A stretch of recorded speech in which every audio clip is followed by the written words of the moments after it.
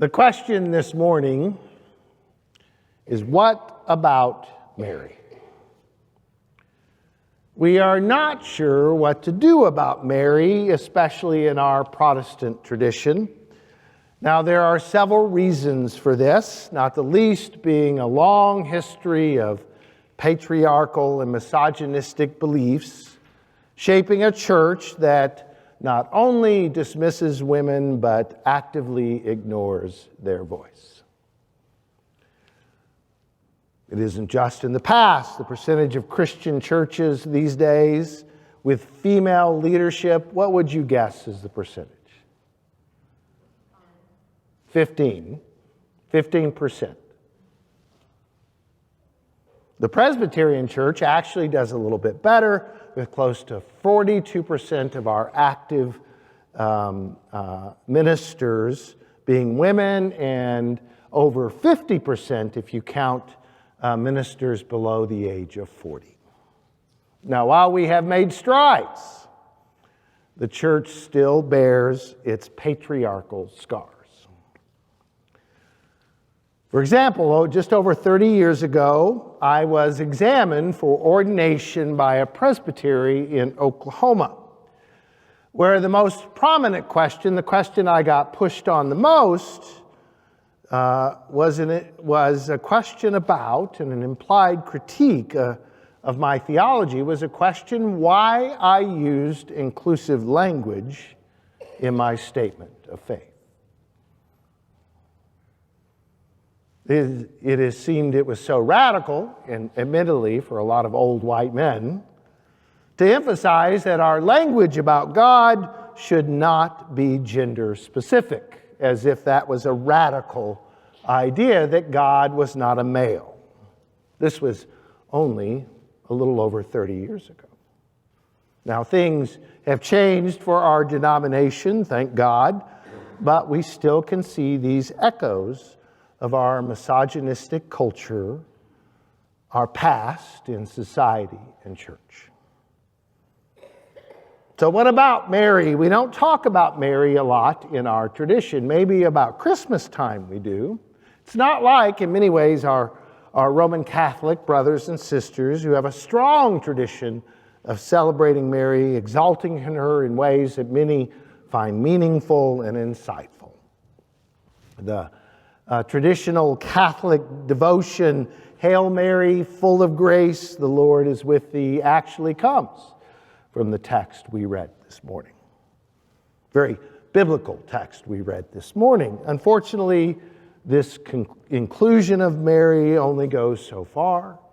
Truth be told, maintain the practice of not having women priests or bishops. So what do we make of Mary? And I would posit to you, like I did a little bit with the kids this morning, that Mary is actually the central character in the story of Christmas. More than anyone else, more than Joseph, more than Zechariah, more than the shepherds and the magi, more, I would even pose to you, than the baby Jesus. Mary is the reason for the season. Mary is the one who makes Christmas happen. Mary understands what is at stake, and Mary is the very embodiment, I would pose to you today, the very model, the very meaning of discipleship and spirituality. Our story starts that the angel Gabriel, and it occurred to me, why is it angels are named for men? I'm not quite sure I know. That's probably another place for a sermon at some point. But this Gabriel comes to Mary, announces she has been blessed, she has been given a gift, a grace beyond imagining. A gift that will change her and change the world. She knows the consequence of this blessing, this grace. As she later, and we'll sing a song after the the sermon today that kind of captures this idea. When she goes to see her cousin Elizabeth, she knows that what this means is that the powerful will be brought down, the lowly will be lifted up, the world will be different. She knows what she's being asked by this gift, this grace. And she knows that we all should probably be reminded of, always be wary of the gifts of God. They have consequences, costs for her family, and for her child. And there's a line in here, a verse in which it says, Mary was much perplexed by these words and pondered what sort of greeting this might be. Now, the Greek word for perplexed conveys a deep sense of anxiety, of being disturbed, of deeply weighing what is said. She knew deep within her she was afraid, because she knows, while amazing gift it sounds like, it's going to change everything. She's frightened by the implications of these words, the cost this gift will demand of her. She knows this gift doesn't come cheap.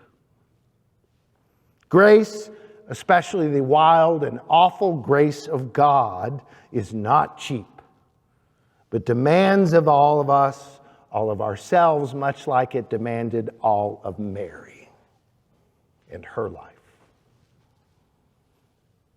And that's why the angel tells her, don't be afraid. And one of the things that you always notice, and you'll notice it this morning and on Christmas Eve, Mary is always pondering.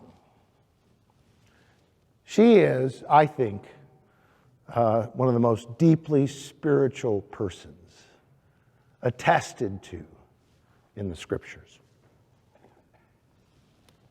The Greek word for ponder here, let me look it up. The Greek word for ponder here is a powerful word. And I like that description of her, that she ponders these things. And it's, like I said, not the only time it showed up. Mary ponders things. She thinks about them, reflects on them. On Christmas Eve, when the shepherds, you may notice, when the shepherds come to tell them of their experience of God's angels, we are told in the story that Mary pondered these things. And the Greek word literally means, the Greek word for ponder literally means to be thrown together, to throw together. And conveying this idea, suggesting that she finds through a deep deliberation, through deep thought and prayer and reflection, how everything comes together, is connected. What is spirituality? What is contemplation other than the truth? By making connections between everything. Mary perceived the connections deep within her. She is this model of a contemplative spiritual discerner who ponders God. She ponders, she prays, she reflects, she struggles, she discerns, she understands, she seeks to know, what is God asking of me? What is this blessing God bestows upon me through this angel, this messenger of God's love? She knows this not simply intellectually, but emotionally, spiritually, what God asks in this gift. And she knows the cost. She knows the cost. And what does she say? Here am I.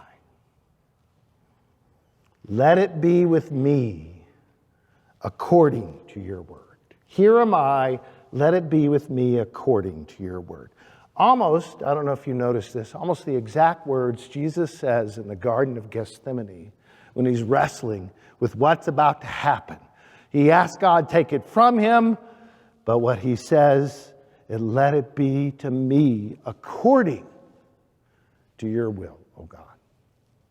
Almost exactly the same words told at the beginning of ministry and the words used at the very end in the Garden of Gethsemane.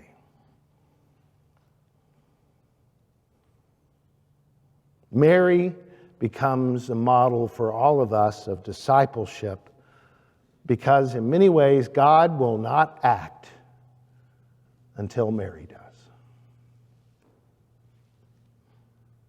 God is asking Mary to be a partner in this, to be a co-creator with God. Christ is born in the world because Mary said yes. Let it be with me according to your word. And that partnership is formed. But the truth is, that's true of all of us. That God has come to us in the gift of God's love and says to us, here's this gift. What are you going to do with it? What are you going to make of it? Will you be my partner in making that word come alive in the world? Mary said yes. There's a great book you written, I think over 20 years ago, best book I've read about youth ministry. And it was Kendra Creasy, I'm trying to remember her name.